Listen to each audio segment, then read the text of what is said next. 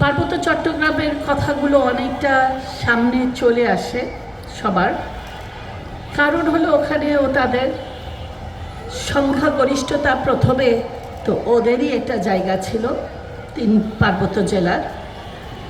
পরবর্তীতে যদিও ইচ্ছাকৃতভাবে বাঙালি সেটেলারদেরকে বাইরে থেকে এনে ওদের ওখানে বসিয়ে একটা খুবই একটা অরাজকতা, একটা খুবই বৈরী পরিবেশ সৃষ্টি করা হয়েছে, যেটা এখনো বিরাজ করছে।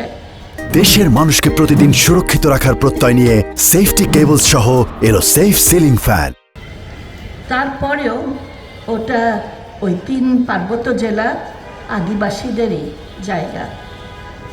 আমাদের সারা বাংলাদেশে আরও অনেক আদিবাসী গোষ্ঠী আছে, গোটা বাংলাদেশে ছড়ানো ছিটানো। এরকম একটা কনসেন্ট্রেশন হয়তো নাই, কিন্তু সব জায়গায় আছে।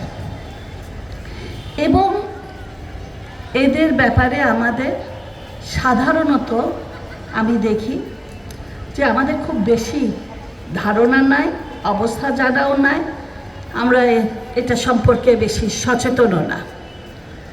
আমরা মনে করি এই দিবসগুলোর মাধ্যমে আমরা এগুলোকে আরও প্রচার করব, জানাবো, কিন্তু আমাদের কাজ সারা বছরেই চালাতে লাগবে। তো প্রথমেই যেটা হচ্ছে, আমার পূর্বের বক্তা আর তার আগে যখন স্বাগত বক্তব্য দিয়েছেন সঞ্জীব রং, আমার পূর্বের বক্তা ইফতিকারুজ্জামান অনেক ব্যাপকভাবে আলোচনা করেছেন। আমরা পার্বত্য চট্টগ্রামের অবস্থান এখন আলোচনা করেছি, ভূমির বিষয়ে আলোচনা করেছি, এবং তাদের স্বীকৃতি এবং তাদের শান্তিপূর্ণভাবে বসবাস, তাদের নিজেদের বাড়িতে, নিজেদের জায়গায়, নিজেদের অবস্থান যেন থাকতে পারে সেটা নিয়েও তুলে ধরা হয়েছে।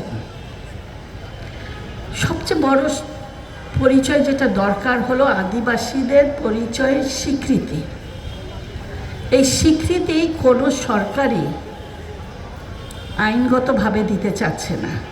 স্বীকৃতি পাইলেই চলে আসবে তাদের ভূমি অধিকার, প্রথাগত তাদের যে রীতিনীতি আর সব কিছু চলার যে আছে, সংস্কৃতিটাকে শুধু এটা নাচ গানের মাধ্যমে না আর পোশাকের মাধ্যমে না, যে কোনো জাতীয় দিবসে আমরা দেখাবো যে আমাদের মধ্যে বৈচিত্র্য আছে বা একটা সৌন্দর্য আছে, সেটার জন্য শুধু না, নিজের পরিচয়, নিজের অস্তিত্ব, নিজের সংস্কৃতি, নিজের ভাষা, নিজের রীতিনীতি, নিজের প্রথা সবগুলো যেন রাষ্ট্রীয়ভাবে এটাকে স্বীকৃতি দেওয়া হয়, যেন আমরা সবাই সবাইকে সম্মান করতে শিখি।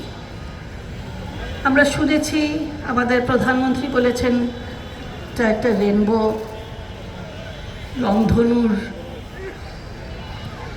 সমৃদ্ধ একটা দেশ করে তুলতে চাচ্ছে। আমরা শুনেছি যে পার্বত্য চট্টগ্রামের শান্তি সবাই যেন থাকতে পারে, তাদের অবস্থা বজায় রাখতে পারে, সেটা ওরা চেষ্টা করবে, তাদের অঙ্গীকার আছে।